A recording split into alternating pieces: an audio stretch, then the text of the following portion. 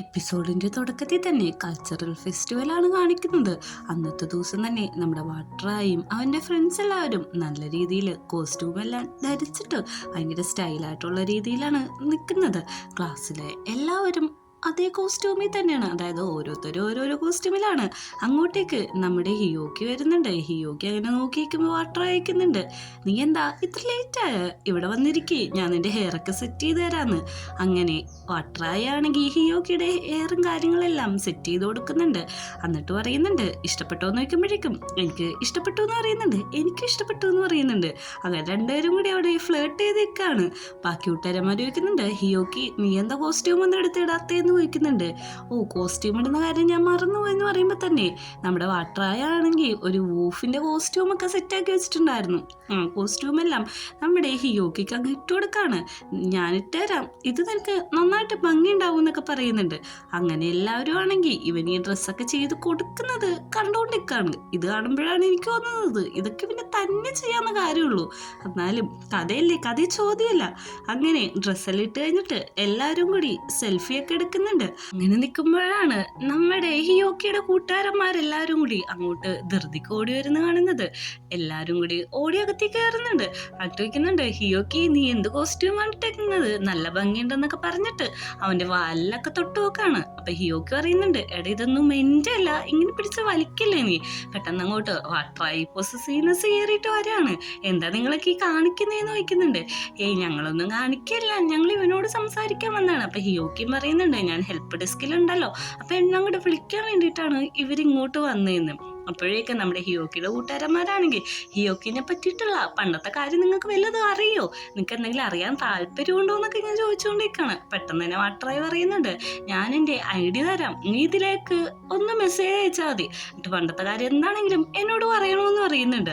അപ്പോൾ ബാക്കി കൂട്ടുകാരന്മാർ പറയുന്നുണ്ട് ഇവൻ്റെ പണ്ടത്തെ ഫോട്ടോസും ട്രിപ്പിന് പോയ പോലും ഒക്കെ ഞങ്ങളുടെ കയ്യിലുണ്ട്, എന്നാൽ ഞങ്ങൾക്കും കൂടി ID തരാണെങ്കിൽ തീർച്ചയായിട്ടും തരാമെന്ന് പറഞ്ഞിട്ട് അവന്മാർക്കും ഐഡിയും കാര്യങ്ങളൊക്കെ ഷെയർ ചെയ്യുന്നുണ്ട്. എന്നിട്ട് പറയുന്നുണ്ട് എന്നാൽ ഞങ്ങൾ അങ്ങോട്ട് പൊക്കോട്ടെ എന്ന്.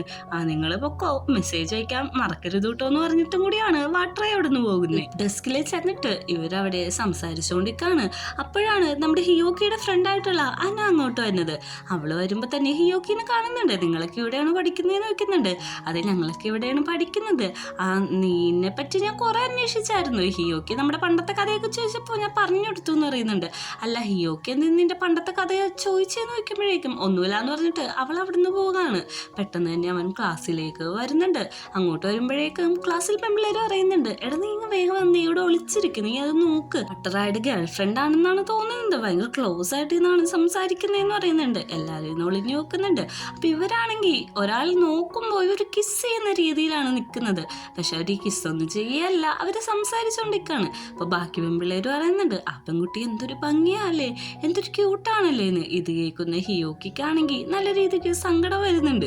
അവൻ അങ്ങനെ തന്നെ നിന്ന് അവരെന്താ ചെയ്യുന്നതെന്ന് നോക്കാണ്.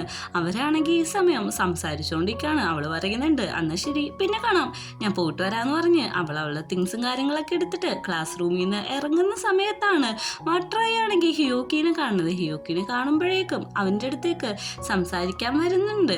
പക്ഷേ നമ്മുടെ ഹിയോക്കി ആണെങ്കിൽ അവന് ജോലി ചെയ്യാനുണ്ട് എന്ന് പറഞ്ഞിട്ട് അവിടെ നിന്ന് ഈ ഫുഡൊക്കെ എടുത്തു കൊടുക്കില്ലേ, ആ ജോലി ചെയ്തുകൊണ്ടിരിക്കുകയാണ് ബാക്കിയുള്ള ഗേൾസിൻ്റെ ഒപ്പം. ഇങ്ങനെ ക്ലാസ്സിലെല്ലാവരും ഫുഡൊക്കെ നന്നായിട്ട് കഴിക്കുന്നുണ്ട്. അവരും ഭയങ്കര എൻജോയ്മെന്റിലാണ് നിൽക്കുന്നത്. പക്ഷെ നമ്മുടെ ഹിയോക്കിയുടെ മനസ്സിലാണെങ്കിൽ ആ പെൺകുട്ടിയായിട്ട് വാട്ടറായി ക്ലോസ് ആയിട്ട് സംസാരിച്ചത് തന്നെയാണ്. അവൻ്റെ മുഖമൊക്കെ അങ്ങ് ഭയങ്കര നല്ല സാഡായിട്ട് നിൽക്കുന്നുണ്ട്. വാട്ടറായാണെങ്കിൽ ഇത് മനസ്സിലാക്കി അങ്ങോട്ട് സംസാരിക്കാൻ വരുമ്പോൾ ബാക്കിയുള്ള പെൺപിള്ളേര് ഫുഡൊക്കെ കഴിക്കുക എന്ന് പറഞ്ഞിട്ട് ഡൈവേർട്ട് ചെയ്ത് വിടാണ്. അങ്ങനെ ഹിയോക്കി ആണെങ്കിൽ കുറച്ച് തിങ്സും കാര്യങ്ങളൊക്കെ എടുത്തു വെക്കാനായിട്ട് പോകുമ്പോൾ അങ്ങോട്ട് മൂക്കിൻ്റെ ചേട്ടനെ കാണും. അവൻ്റെ കൂടെ ചോദിക്കുന്നുണ്ട് നീ എന്താ ഇവിടെയെന്ന്. എടാ ഞാനേ ട്രിപ്പ് കഴിഞ്ഞിട്ട് നിന്നെ ഇപ്പോഴാണല്ലോ കണ്ടത്, ഞാനിവിടെ ഒരു ആവശ്യത്തിന് വന്നതാണ്, എന്താ പറ്റി നീ ഒട്ടും ഓക്കെ അല്ലല്ലോ, എന്തെങ്കിലും പ്രശ്നമുണ്ടോ വാട്ടറായിട്ട് ചോദിക്കുന്നുണ്ട്. അങ്ങനെയൊന്നുമില്ല, പക്ഷെ ചേട്ടൻ പറയുന്നുണ്ട് എനിക്കറിയാം നിനക്ക് എന്തോ പ്രശ്നമുണ്ടെന്ന്. ആരായിട്ടാണെന്നൊന്നും എനിക്കറിയില്ല, പക്ഷേ ആരായിട്ടാണെങ്കിലും അത് പറഞ്ഞ് അവസാനിപ്പിക്കുകയാണ് നല്ലതെന്നും പറയുന്നുണ്ട്. അങ്ങനെ അവിടുത്തെ പരിപാടിയെല്ലാം കഴിഞ്ഞു. അത് കഴിഞ്ഞെന്ന് പറഞ്ഞ് ബോർഡും വെക്കുന്നുണ്ട്. എല്ലാവരും ക്ലാസ്സിൽ തളർന്നു കിടക്കാണ്. നമ്മുടെ ഫ്രണ്ട്സൊക്കെ പറയുന്നുണ്ട്, അവസാനം ഇതൊന്നും കഴിഞ്ഞു, ഇപ്പോഴാണ് ആ തലവേദന അങ്ങ് മാറിയത്, ഇനി കുറച്ച് നേരം റെസ്റ്റ് എടുക്കാന്ന് പറയുന്നുണ്ട്. ഹിയോക്കി ആണെങ്കിൽ അവന്റെ കോസ്റ്റ്യൂമും കാര്യങ്ങളെല്ലാം അഴിച്ച് തിരിച്ച് ആ ബോട്ട്സിൽ വെച്ചുകൊണ്ടിരിക്കണേയിരിക്കും. അപ്പോഴേക്കുമാണ് അങ്ങോട്ടേക്ക് നമ്മുടെ വാട്ടായി വന്നിട്ട് പറയുന്നത്, നീ ടയേർഡാന്ന് എനിക്കറിയാം, നമുക്ക് രണ്ടുപേർക്കും കൂടി ഇവിടെ പുറത്ത് ഒന്ന് നടക്കാൻ പോയാലോ, അപ്പൊ നീ കുറച്ച് ഓക്കെ ആവൂന്ന് പറയുന്നുണ്ട്. നമ്മുടെ ഹിയോക്കി ആണെങ്കിൽ അതിന് സമ്മതിക്കുന്നുണ്ട്. ഈ സമയമാണ് ഹിയോക്കിയുടെ ആ ഫ്രണ്ട് പിന്നെ ഓടുന്നത്. എടാ നീ എന്നൊന്ന് രക്ഷിക്കുക എന്നൊക്കെ പറഞ്ഞിട്ട് താഴെ വീണ് എഴഞ്ഞൊക്കെയാണ് പുള്ളിക്കാരൻ വരുന്നത്.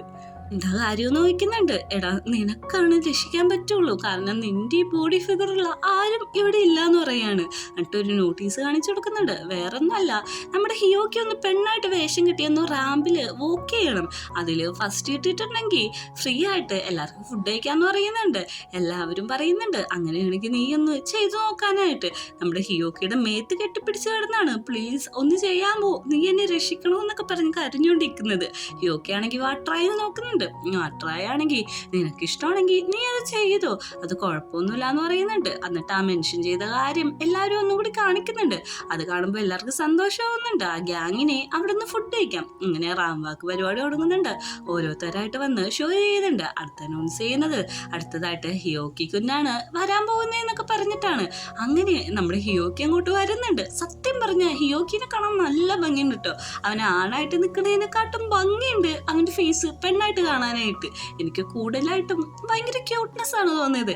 അങ്ങനെ അവൻ റാംബാക്ക് ചെയ്യുന്നുണ്ട്. എല്ലാവരും ആണെങ്കിൽ അവന് വേണ്ടി cheer ചെയ്തുകൊണ്ടിരിക്കുകയാണ്.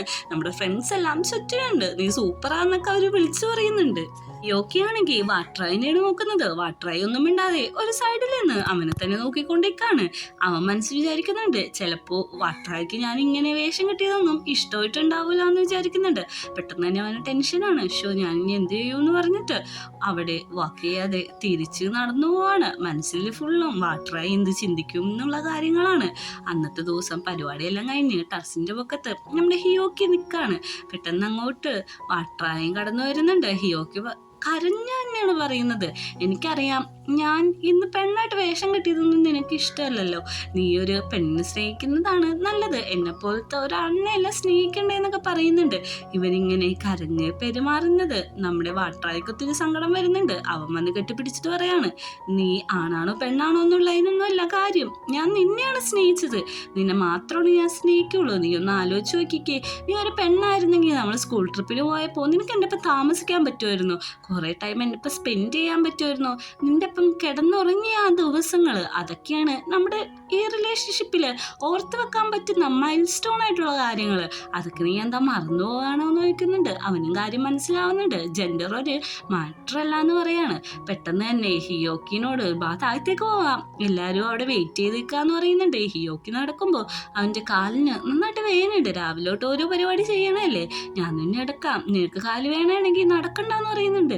എൻ്റെ വാട്ടറായി, നീ എൻ്റെ മേലൊക്കെ ഒന്ന് തൊട്ട് നോക്ക്, ഞാൻ നല്ല സ്ട്രോങ് ആണ്, എനിക്ക് മസിൽ ഉണ്ടെന്ന് പറഞ്ഞ് മേത്ത് തൊടിയിപ്പിക്കുകയാണ്.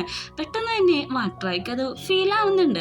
വാട്ടറായി ആണെങ്കിൽ ഹിയോക്കിൻ്റെ മുഖത്തേക്ക് നോക്കിയിട്ട് അവനെ ചേർത്ത് വെച്ചിട്ട് ചോദിക്കാണ്, നീ ഇങ്ങനെയൊക്കെ പെരുമാറിയാ ഞാൻ എന്താണ് റിയാക്ട് ചെയ്യണേന്ന് പറയാൻ പറ്റില്ല എന്ന് പറഞ്ഞിട്ട് ഭയങ്കര ക്ലോസ് ആയിട്ടാണ് വരുന്നത്. ഈ സമയം നമ്മുടെ ഹിയോക്കിയുടെ ചിക്സ് ഒക്കെ നല്ല രീതിക്ക് അങ്ങ് ബ്ലഷ് ആവുന്നുണ്ട്. ഞാൻ ചുമ്മാ പറഞ്ഞതാ, തമാശ പറഞ്ഞതാ, നിങ്ങൾ ടെൻഷൻ ഒന്നും അടിക്കണ്ട, നന്നായിട്ട് ബ്ലഷ് ആയിട്ടുണ്ടല്ലോ എന്ന് ചോദിക്കുന്നുണ്ട്. താഴത്തേക്ക് പോവാന്ന് പറഞ്ഞിട്ട് രണ്ടും കൂടി അവിടെ കിടന്നു ഓടാണ്. എന്നിട്ടൊരു വോയിസ് ഓവർ കേൾപ്പിക്കുന്നുണ്ട്, അയ്യോ എനിക്ക് കാലുവേദനയാണ്, നമുക്ക് നടന്നു തന്നെ പോകാന്ന്. ഈ ഒരു എപ്പിസോഡും കൂടി കാണിച്ചിട്ടാണ് 9ാമത്തെ എപ്പിസോഡ് അവസാനിക്കുന്നത്.